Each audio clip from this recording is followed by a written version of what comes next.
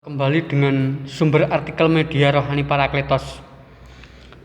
Pada saat ini pembacaan artikel Rohani Kristen dengan judul Khotbah di Atas Bukit Part 1, Kekuatan Kelemah Lembutan bagian pertama. Berbahagialah orang yang lemah lembut, karena mereka yang memiliki bumi. Lemah lembut di sini berkaitan dengan sikap hidup yang berasal dari dalam diri seseorang, yang terpancar dalam bersosialisasi di tengah-tengah masyarakat. Lemah lembut itu tidak bisa dibuat-buat, seolah-olah kita mempunyai karakter lemah lembut dengan tujuan supaya dilihat dan dinilai banyak orang baik dalam bertutur kata dan bertingkah laku. Lemah lembut yang keluar dari hati itu berasal dari Roh Kudus dan tidak akan bisa berubah atau tetap konsisten. Sedangkan lemah lembut yang berasal dari kepura-puraan itu bisa berubah karena diaplikasikan berdasarkan kebutuhan hidup yang dipengaruhi oleh keinginan daging. Kita memohon kepada Tuhan dalam doa dan melakukan evaluasi dalam hidup kita dengan cara menghitung hari-hari kita. Apa yang kita buat, apakah menyenangkan hati Tuhan atau justru sebaliknya mendukakan hatinya. Dengan cara tersebut kita akan memperoleh hati yang bijaksana. Dengan hidup di jalan Allah, maka akan muncul dengan sendirinya kelemah lembutan itu. Kita jangan sesat pikir dan salah mengartikan mempunyai hati yang lemah lembut itu identik dengan ketidaktegasan.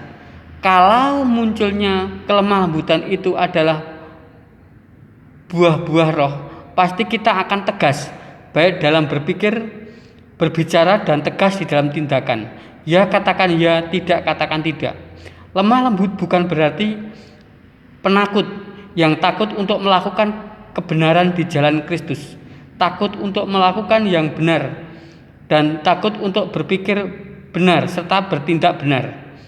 Seandainya kita memiliki hati seperti Daniel, sekalipun ia lemah lembut namun tegas dan berani serta berkomitmen, bahkan berani menantang untuk berkompetisi dan membuktikan bahwa hanya dengan makan sayur dan minuman air selama 10 hari, kondisi fisik dan kesehatannya tidak menurun. Justru sebaliknya, dalam kurun waktu itu perawakan Daniel dan teman-temannya lebih gemuk dan perawakannya lebih baik dibandingkan dengan mereka yang menyantap makanan raja. Itu sama dengan apa yang dikatakan Yesus ketika ada di dalam pencobaan setelah menjalani puasa 40 hari 40 malam dengan mengatakan orang hidup bukan dari roti saja tetapi dari setiap firman yang keluar dari mulut Allah.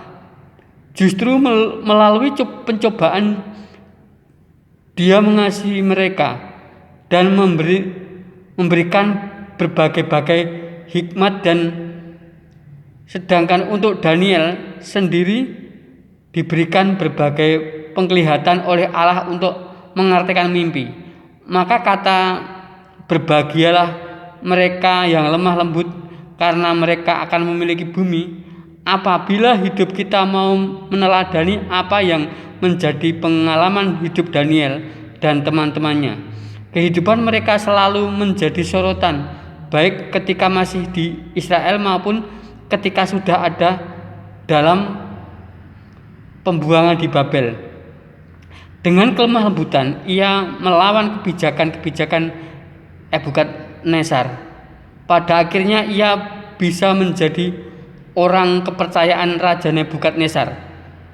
Apabila negara ini dipimpin oleh orang-orang yang berhikmat dan berkebijaksanaan dan berpengetahuan untuk mewujudkan bangsa Indonesia yang adil dan makmur, akan segera terrealisasi. Namun sebaliknya, apabila bangsa Indonesia dipimpin oleh power of money, maka yang akan terjadi seperti yang kita rasakan sekarang ini, menunggu kehancuran dan kesengsaraan rakyatnya. Kekuatan kelemah lembutan itu sangat dahsyat sehingga Raja Nebukadnezar berada di dalam pengaruhnya.